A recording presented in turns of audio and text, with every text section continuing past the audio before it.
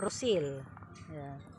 Ito yung tinatawag nilang Rosil. Ayan.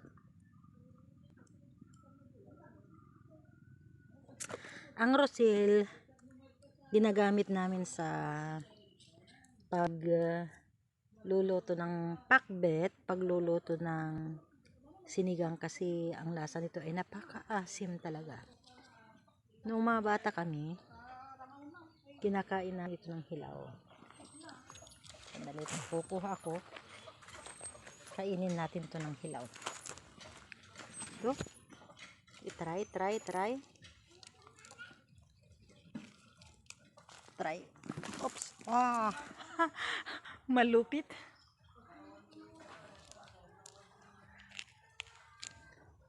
Maasim siya talaga.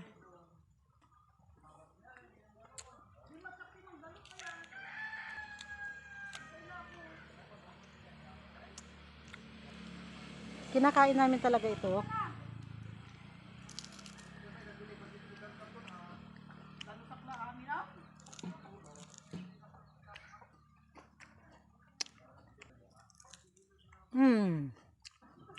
Maasim.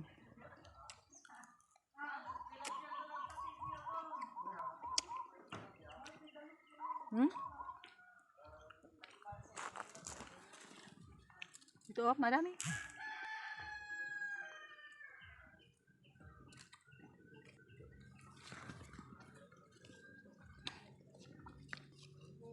Maasim.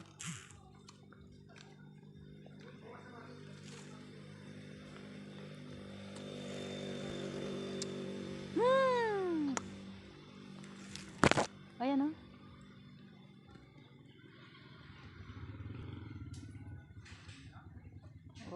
Oh.